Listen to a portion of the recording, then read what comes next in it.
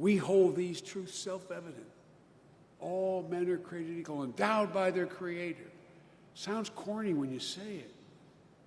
But the American people, basically, in their gut, we've never met it, but that's the aspiration, and they're not giving up on it. You know, Barack and I agreed to remain silent for a while to give this administration a chance to get up and running the first year. God forgive me. But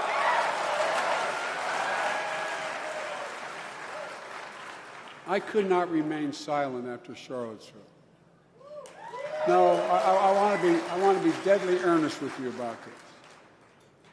That's why I wrote an article for Atlantic Magazine entitled "The Battle for America's Soul," because that don't clap, or you can boo if you want, but don't clap. But I'm serious. I'm serious.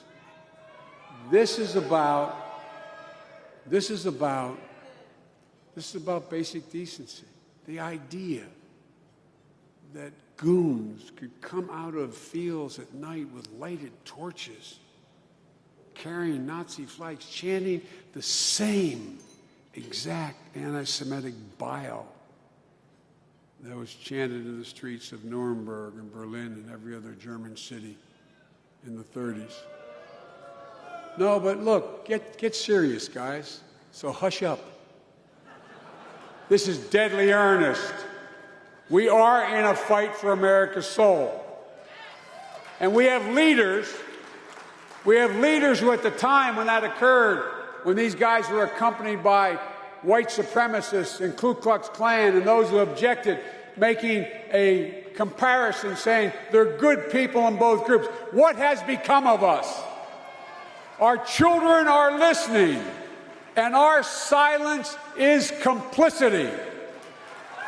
So I don't have to ever now say, I have confidence, because as we stand up in the face of this onslaught, the vast majority of the American people are with us. It's the story of supporting many brave Americans who came out and spoke up, from the earliest activities of the trailblazers like Marsha P. Johnson, who stood in the front lines of liberation. Those loving couples who fought for the freedom to marry all the way to the Supreme Court and won. And it's all of you coming out, living with pride, telling your stories. Last week in India, the country of India, it wasn't just what they did, it's how they did it. Their Supreme Court unanimously decided to decriminalize homosexuality.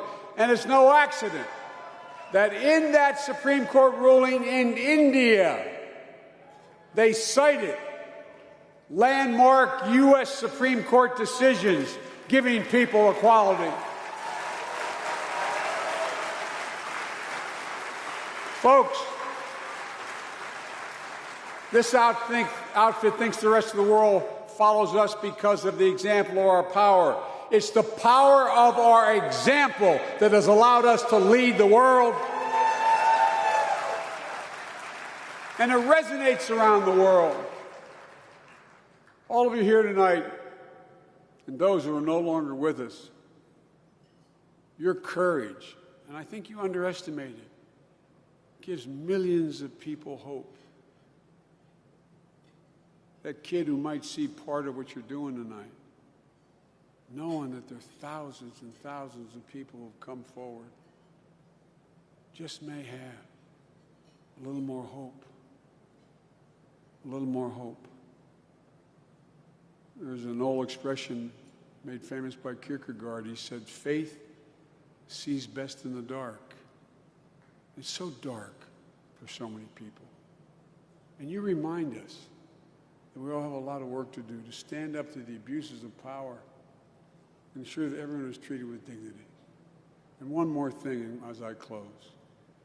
Some of you heard me say this before, but I say it again, it's not a joke. You guys have done more to free straight women and men than you have gays and lesbians. And you think I'm kidding, so you don't misunderstand me. Think about this one example. a lot of you are very successful businessmen and women. If you were at a fancy restaurant in Washington 5, 6 years ago at an important business meeting, and a gay or lesbian waiter came up, or transgender, spoke with a lisp or demonstrated they were gay or lesbian, and someone at that luncheon table made fun of that person, no one would have said anything. Not a joke. I want you to literally think about this. Today, if that same thing happened, the other 4 or 5 people at the table say, "You horse's tail, get out of here." Really.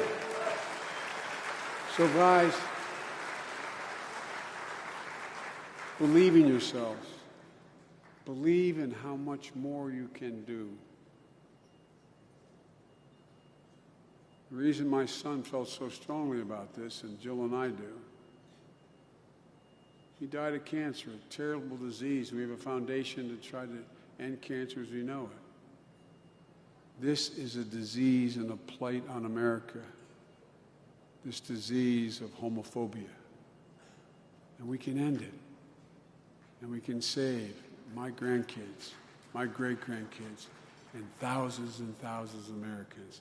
And the rest of the world will repair to the American standard. God love you, and may God protect our troops. Thank you. Thank you all for what you do.